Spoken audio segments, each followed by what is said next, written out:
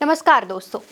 राहुल गांधी एक कार्यक्रम में शामिल होने के लिए जम्मू पहुंचे। कार्यक्रम में उन्होंने वहां के युवा व्यापारियों और युवा स्टार्टअप शुरू करने वाले लोगों से बातचीत की। जब राहुल कार्यक्रम में पहुंचे तो उनका बहुत ही शानदार तरीके से स्वागत किया गया।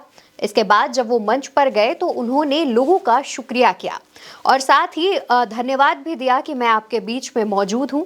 इसके बाद बातचीत का सिलसिला शुरू ही होने वाला था कि उन्होंने कहा कि मुझे हमारे और आपके बीच दूरी ज्यादा लग रही है। यानी कि राहुल मंच पर खड़े थे और सामने जो जनता बैठी हुई थी उसके बीच की दूरी राहुल को कुछ ज्यादा लगी। जिसके बाद राहुल ने उनके साथ मंच पर खड़े होस्ट से पूछा कि अगर आपको तकलीफ ना हो तो क्या मैं इनके बीच जाकर बात कर सकता हूं।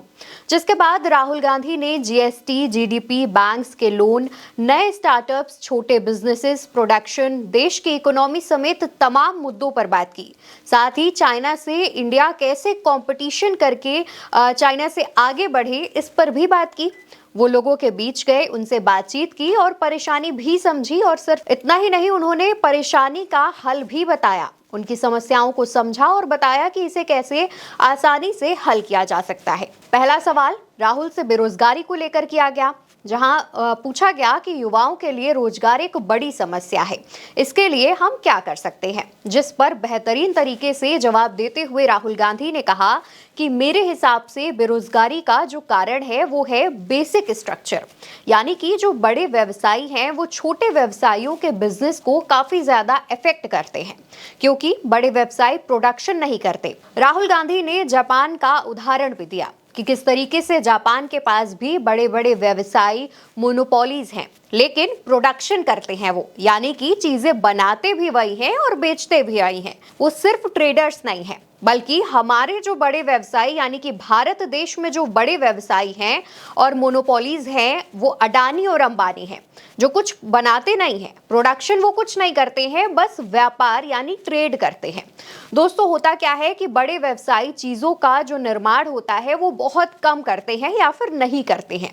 ज्यादातर छोटे व्यवसायियों से चीजें सस्ते दामों में खरीदते हैं और उन्हें महंगे दामों में बेच देते हैं, और उसका जो मुनाफा होता है वो भी बड़े व्यवसायी रख लेते हैं। यानी कि जो छोटे व्यवसायी हैं उनके हाथों में कुछ नहीं जाता, जिससे उनका कहीं ना कहीं घाटा भी होता है, मुनाफा नहीं हो पाता है। इस वजह से कई लोग बिजनेस शुरू करने से भी डरते हैं और इन बड़े व्यवसायियों का पॉलिटिकल सिस्टम पर कंट्रोल भी होता है, और जो कि बहुत ही सिस्टमैटिक तरीके से छोटे व्यवसायियों पर अटैक करता है। यानी कम दामों में चीजें खरीद कर ज्यादा दामों में बेचकर मुनाफा करना, ये कहीं ना कहीं जो देश का बेरोजगारी पर प्रभाव ज्यादा डालता है। राहुल ने कहा कि जीएसटी, नोटबंदी, इंपोर्ट ड्यूटीज, ये सब जनता को परेशान करने के लिए किया गया है। आप भी जानते हैं कि जब नोटबंदी हुई थी तब लोग कितना परेशान हुए थे। बीजेपी सरकार ने यह दावा किया था कि इससे कालाधन निकलेगा। कालाधन निकला या नहीं, फिलहाल ये हम और आप बेहतर तरीके से जानते हैं, लेकिन आम जनता को परेशानी जरूर हुई थी।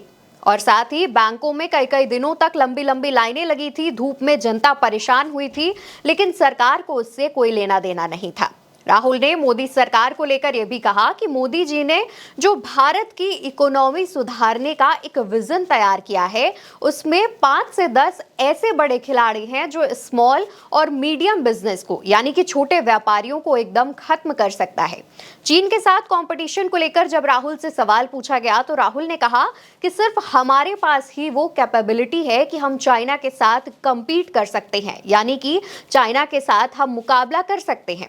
लेकिन भारत के जो बड़े व्यवसायी हैं वो चाइना से compete करना ही नहीं चाहते, क्योंकि भारत के बड़े व्यवसायी चाइना से सस्ते दामों में चीजें खरीद कर भारत की मार्केट में लाते हैं और उसे बेचते हैं, जिससे उन्हें मुनाफा होता है। और साथ ही यही एक बड़ा कारण भी बेरोजगारी का है, जैसा कि अभी पहले भी हमने आपको बताया था। और इसलिए जो बड़े व्यापारी हैं भारत के, वो चाहते नहीं हैं चाइना से compete करना। लगातार राहुल लोगों के बीच जा जाकर उनसे उनकी समस्याएं जान रहे थे, पूछ रहे थे। यहाँ तक कि आपने भी तस्वीरें देखी होंगी किस तरीके से सोशल मीडिया पर तस्वीरें सामने आ रही थी कि रैलियों के दौरान कई बार लोगों ने राहुल गांधी से अपनी दिक्कतें बताई हैं और राहुल ने पूरी कोशिश की है उनकी मदद करने की। कई बार लोगों की मदद ऐसे भी राहुल ने की है कि वो पर्सनली उनके घर जाकर उनसे बातचीत की, उनकी मदद की, उनकी परेशानियों को समझा और जितना उनसे हो सका उतना राहुल ने उनकी मदद की। दोस्तों, इसी बातचीत के बीच एरोमेटिक्स की एक स्टार्टअप ओनर ने राहुल से सवाल किया कि हमारे लिए कोई फंडिंग नहीं बचती। यहाँ पर वो जम्मू कश्मीर के लोगों की आवाज उठा रही थी, वहाँ के युवा स्टार्टअप्स के लोगों की आवाज उठा रही थी कि बाहर से लोग आकर फंडिंग ले जाते हैं, हमारा मौका ले जाते हैं। पिछले 10 सालों में सरकार की चीजों से लड़की किस तरह परेशान हुई, ये भी राहुल से बताया और बताते बताते वो भावुक भी हो गए, जिस पर सबसे पहले राहुल ने उसे समझाया और समझाते हुए ये कहा कि India is not government of India, it is you. इसका मतलब ये था कि इंडिया की जो पहचान है, भारत की जो पहचान है, वो यहाँ की केंद्र सरकार से नहीं है। इंडिया का भविष्य युवा है और इंडिया की जो पहचान है वो यहाँ के युवा है, सरकारें नहीं। दोस्तों, आपको पता होगा कि जम्मू में धारा 370 हटने के बाद पहली बार चुनाव हो रहे हैं, जहां मतदान को निष्पक्ष करवाने की कोशिशें तो जारी ही हैं, लेकिन जनता की बात को समझना, उनकी मुश्किलों को दूर करना भी जरूरी है। जहां एक और अगर आप बीजेपी को देखेंगे तो वो लगातार बस कांग्रेस नेशनल कॉन्फ्रेंस के गठबंधन पर तंज कसने में बिजी है, बड़ी बड़ी रैलियां करके बस तंज कसने का काम कर रही है। जनता का ये कहना है कि बीजेपी को कोई मतलब नहीं है कि हमारी जरूरतें क्या हैं, परेशानियां क्या हैं।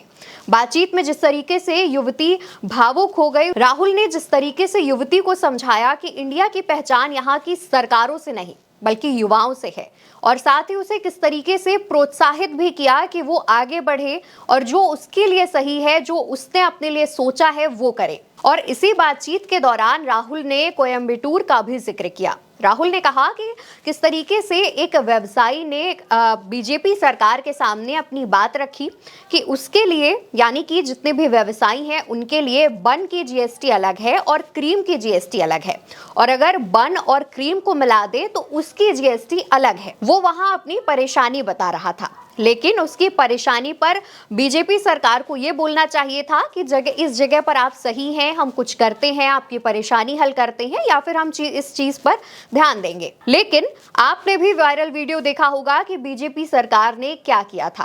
पहले उसे होटल में बुलाया, उसकी बेइज्जती की और उससे माफी मंगवाई, जिसके बाद यह मामला काफी वायरल भी हुआ था।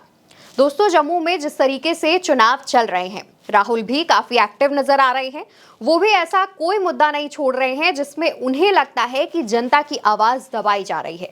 वो लगातार रैलियां कर रहे हैं, पर्सनली लोगों से जा जाकर मिल रहे हैं, उनकी परेशानियां जान रहे हैं। अगर उन्हें ऐसा लग रहा है कि कहीं ना कहीं जो मुद्दा है वो सरकार की नजर में आना चाहिए, लेकिन सरकार उसे दबाने की कोशिश कर रही है, उसे भी समझ रहे हैं और उसकी आवाज बन रहे हैं, उसकी आवाज उठा रहे हैं। और धारा 370 के हटने के बाद जम्मू में जिस तरीके से पहली बार चुनाव हो रहे हैं, लोगों के मन में जिस तरीके से जो इमोशंस आ रहे हैं, राहुल उसे भी समझने की कोशिश कर रहे हैं। फिलहाल जानकारी आपको ये भी बता दें कि आखिरी बार जम्मू में 2014 में नवंबर-दिसंबर में चुनाव कराए गए थे और तब के चुनाव में किसी दल को बहुमत नहीं मिला था। 90 सीटों के लिए 3 चरणों में होने वाले इस चुनाव के नतीजे इस बार 4 अक्टूबर को सामने आएंगे और 90 विधानसभा सीटों पर चुनाव हो रहे हैं, जिसमें भाजपा और कांग्रेस दोनों ही बड़े दल मैदान में हैं। वहीं भाजपा और कांग्रेस के बीच जो अंतर है वो जम्मू की जनता के साथ साथ देश भर की जनता जानती है और लगातार राहुल गांधी भी जनता के बीच पहुंच रहे हैं और बीजेपी भी जानती है कि कहीं ना कहीं जम्मू में उसके लिए जो सीटें जीतना मुश्किल होता जा रहा है और बीजेपी इस बात से डरी हुई है और कहीं ना कहीं यही एक मेन कारण भी बताया जा रहा है। लोगों का कहना है कि बीजेपी डरी हुई है कि वो हार जाएगी और इसी वजह से वो लगातार रैलियां करके जनता के मुद्दे तो नहीं उठा रही है, लेकिन कांग्रेस पर और बाकी जो विपक्षी पार्टी हैं उन पर तंज कसने का काम कर रही है। फिलहाल लोगों का सवाल तो ये भी है कि अगर बीजेपी 10 सालों से अभी तक कुछ नहीं कर पाई तो आगे आने वाले 5 सालों में क्या करेगी, क्योंकि अभी तो वो सिर्फ गठबंधन पर, सरकारों पर, विपक्ष पर तंज कसने में बिजी है। खबर पर आपकी क्या राय है, कमेंट सेक्शन में जरूर बताएं। मैं हूं आपके साथ अवंतिका अवस्थी और आप देख रहे हैं उल्टा चश्मा यूसी। नमस्कार।